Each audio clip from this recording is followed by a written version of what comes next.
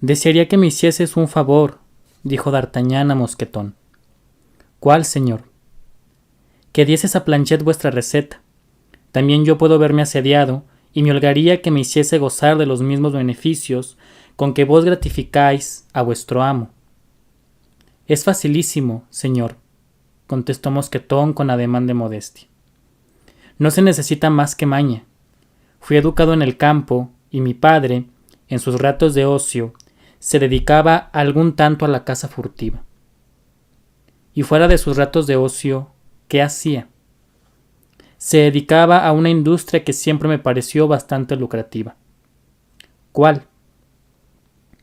Era en tiempos de las guerras entre católicos y hugonotes, y como veía que hugonotes y católicos se exterminaban mutuamente, ideó para su uso particular una creencia mixta, lo cual le permitía ser católico o hugonote según las circunstancias. Ahora bien, mi padre solía pasearse con la escopeta al hombro, detrás de los setos que orillan los caminos, y cuando veía venir un católico solo, inmediatamente sentía despertarse en su espíritu las creencias protestantes. Entonces encaraba su escopeta al viandante, y al hallarse éste a 10 pasos de la boca del arma, mi padre entablaba con aquél un diálogo que casi siempre acababa de la misma manera, soltando el viandante la bolsa para salvar el pellejo. No necesito decir que si el viandante era hugonote, a mi padre se le despertaba un fervor católico tan ardiente que no acertaba a explicarse cómo, un cuarto de hora antes, pudiera habérsele ocurrido duda alguna respecto de la superioridad de nuestra religión. Porque yo soy católico, señor, así como mi hermano mayor protestante. Tal quiso mi padre, fiel a sus principios. ¿Y qué fin tuvo un hombre tan aprovechado?, preguntó D'Artagnan.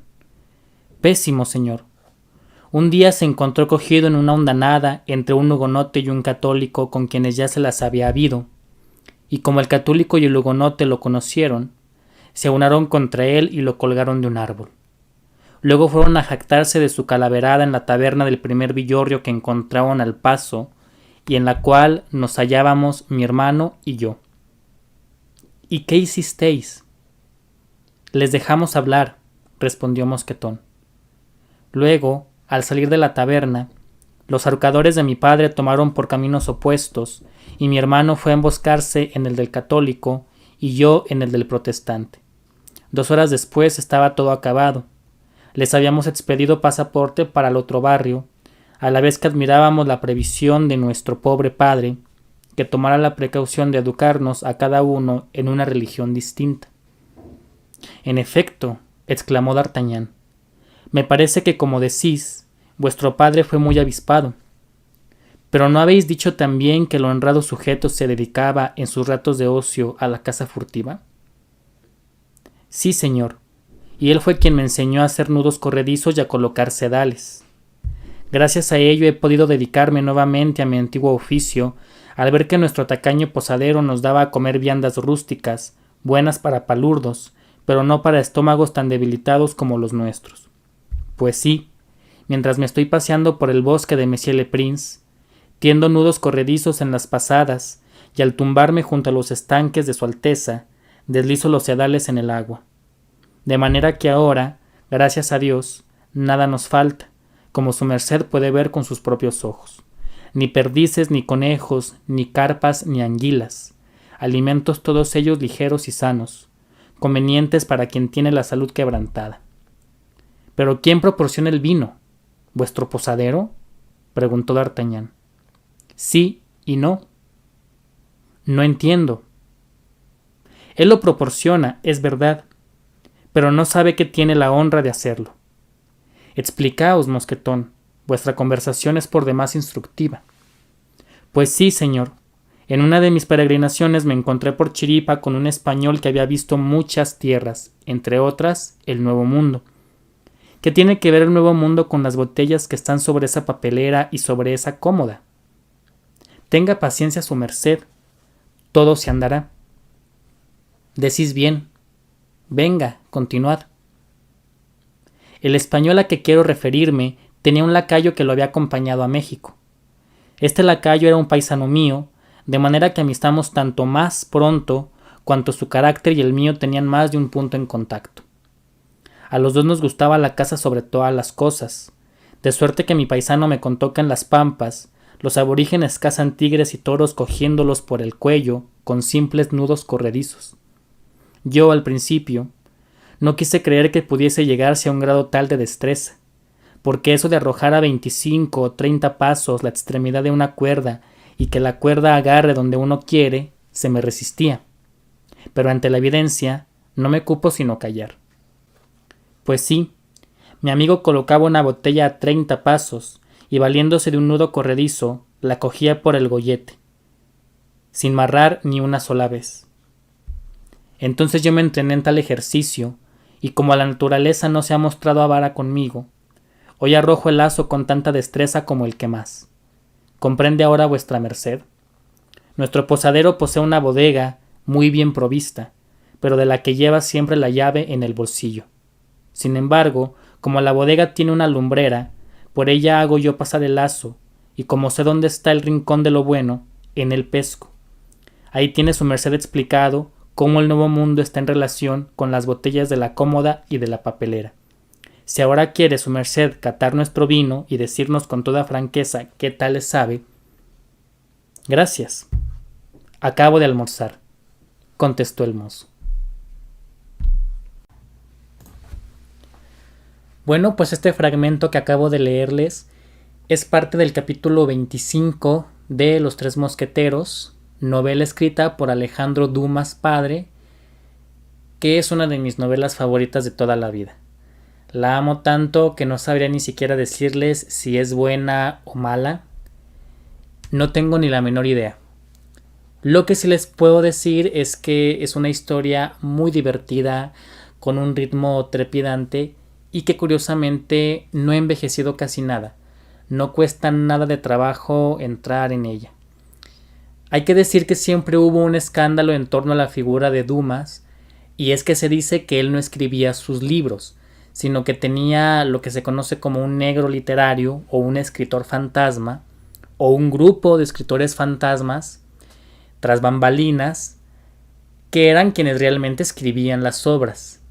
Y después Dumas modificaba, editaba y desde luego firmaba. Pero bueno, sea verdad o no, y creo que sí es verdad, eso no debería ser un impedimento para entrar en sus obras, porque lo que importa son los libros y que podemos leerlos. Dumas escribió además otras novelas y libros universalmente conocidos como El Conde de Montecristo, La Reina Margot, Los Mil y un Fantasmas. Y bueno, esta novela de la que quiero hablarles, Los Tres Mosqueteros, se publicó en 1844 por entregas. Así solían publicarse las novelas en el siglo XIX. Salía un capítulo o dos capítulos cada semana en un periódico y hasta después se publicaba en forma de libro. Y la gente lo esperaba como hoy esperamos los capítulos de las series.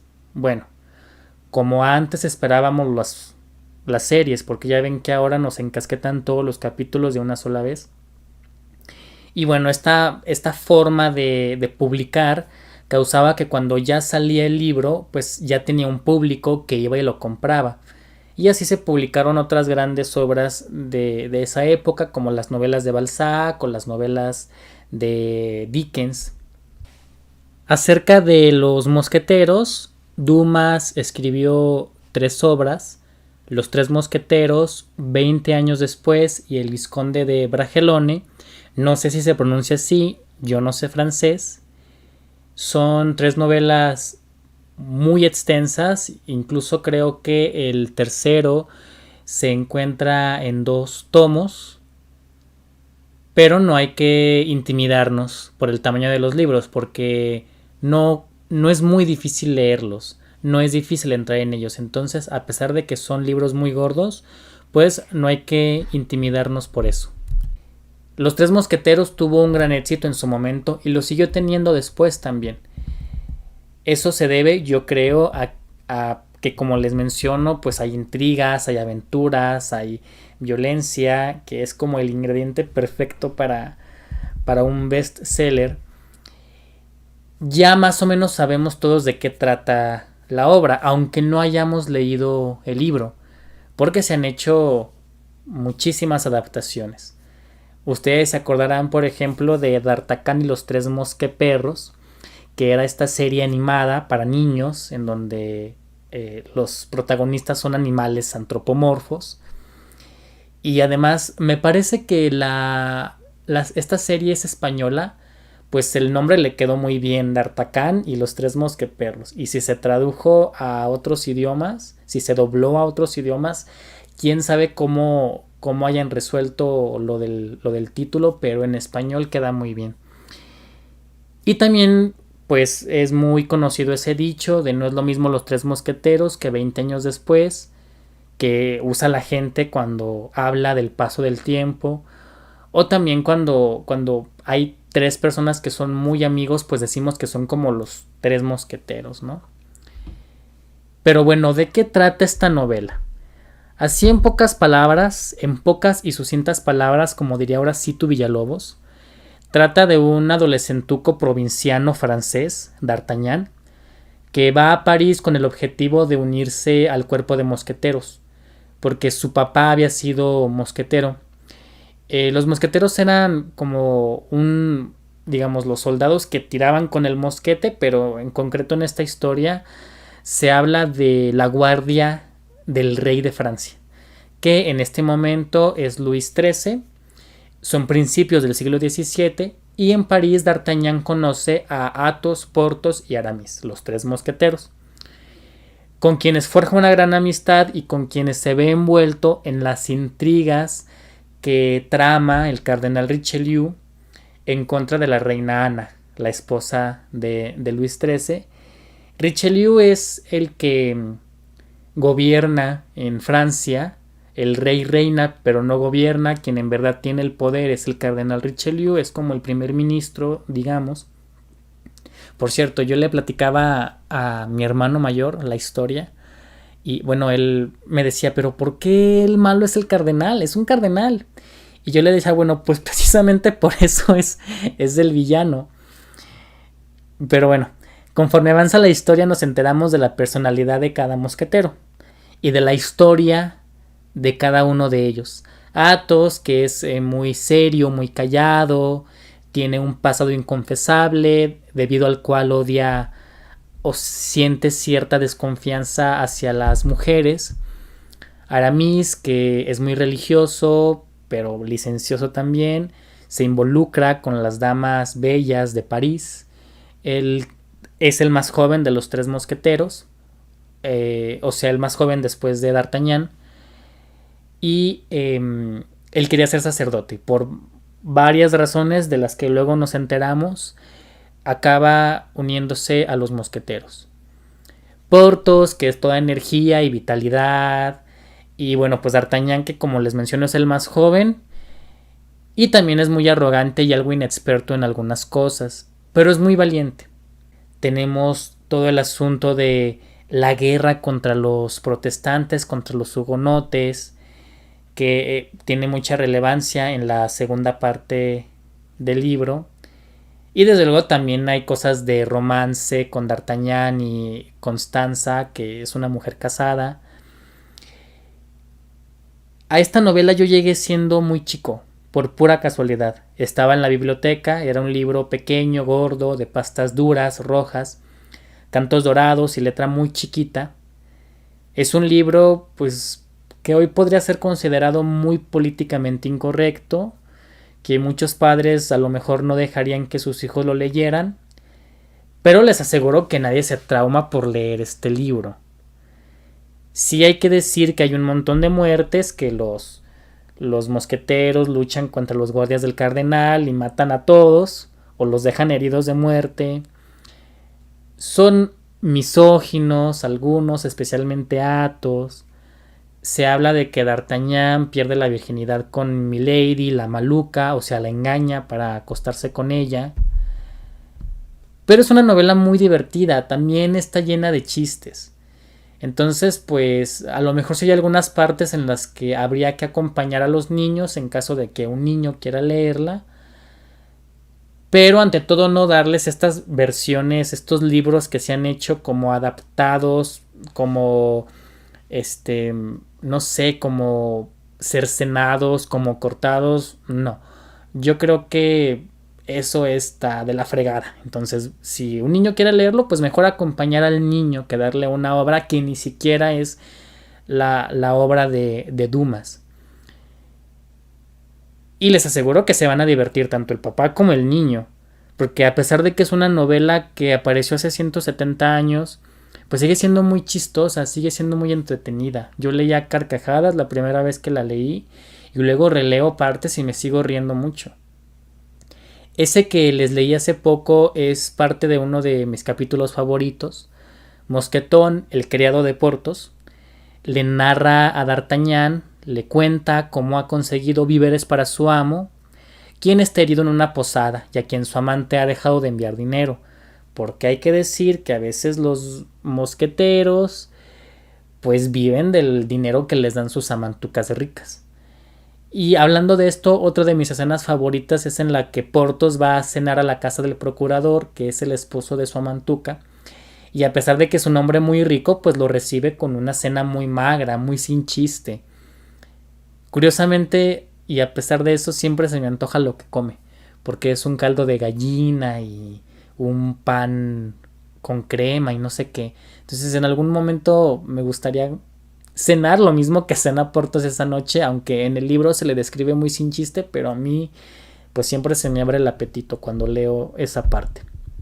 Pero mi capítulo preferido definitivamente es uno en el que están los mosqueteros desayunando en un baluarte abandonado durante el asedio de La Rochelle, que es una ciudad protestante que se alía con Inglaterra, porque les mencionaba que se habla del conflicto religioso entre los católicos y los hugonotes.